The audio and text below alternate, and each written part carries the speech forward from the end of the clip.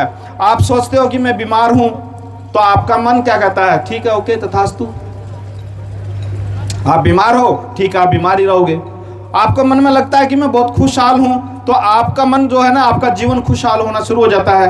क्यों होना शुरू हो जाता है? क्योंकि आपको अंदर से महसूस हो रहा है कि मैं खुशहाल हूं। तो हमारे विचार और हमारी भावनाएं और हमारी इंटेंशन इतना ज़्यादा प्रभावित करती हैं हमारे जीवन को, जिसका अंदाज़ा भी नहीं है। तो सबसे पहले जो अनिल भाई साहब ने बोला कि अपने बच्चे का और अपना जीवन का लक्ष्य निर्धारित करो। आप अपने बच्चे को देखना क्या चाहते हो, बनाना क्या चाहते हो। जब बार बार उस नज़र से आप अपने बच्चे को स्वामी विवेकानंद बनाना चाहते हो, तो उस भावना से, उस भाव से अपने बच्चे को देखो कि मेरा बच्चा आज जो है स्वामी विवेकानंद जैसे गुणों को अपने अंदर धारण किए हुए है।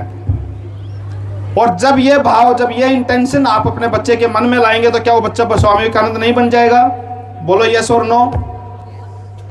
बनेगा ना? क्यों बनेगा? क्योंकि आपकी चेतना सीधा उस बच्चे के जीवन को प्रभावित कर रही है।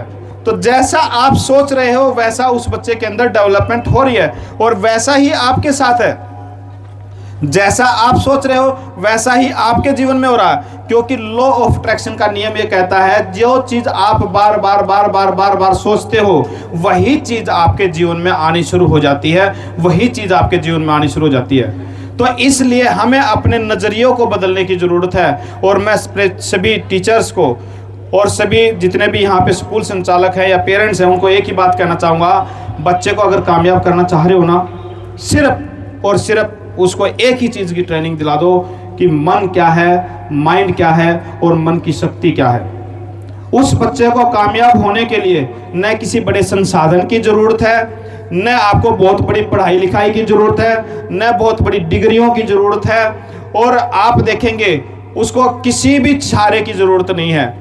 वो बच्चा जब अपने मन की शक्ति को समझ जाएगा, अपनी माइंड पावर को समझ जाएगा, अपनी अद्भुत शक्तियों को समझ जाएगा, फिर वो बच्चा क्या चमत्कार कर देगा आप सोच भी नहीं सकते।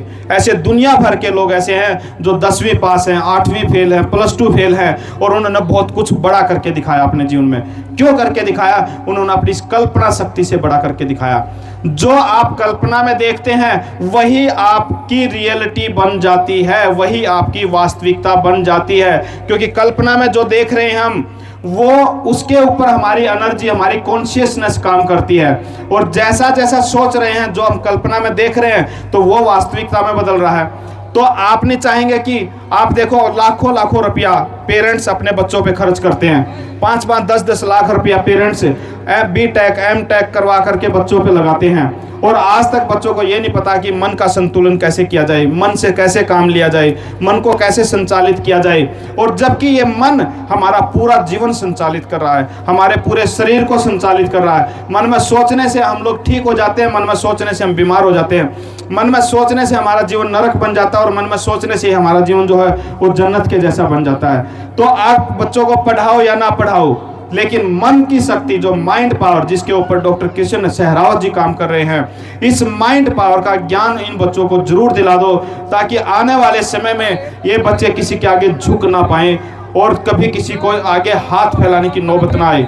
इसी से हमारा निर्माण होगा, इसी से हमारा परिवार खुशहाल होगा, इसी से हमारा समाज खुशहाल होगा, और इसी से हमारे राष्ट्र का निर्माण होगा। और आने वाले समय में ये बच्चे हमारे देश का ही नहीं, अंतरराष्ट्रीय स्तर पे हमारा नाम रोशन कर पाएंगे। तो दोस्तों, मैं आप सभी से एक ही प्रार्थना करना चाहूँगा कि नज़र को बदलो, नज़ारे बदल जाएंगे। नज़र को बदलो, नज़ारे बदल जाएंगे। चांद को बदलो, सितारे बदल जाएंगे। किश्तियाँ बदलने की जरूरत नहीं, दिशाओं को बदलो, किनारे बदल जाएंगे, किनारे बदल जाएंगे।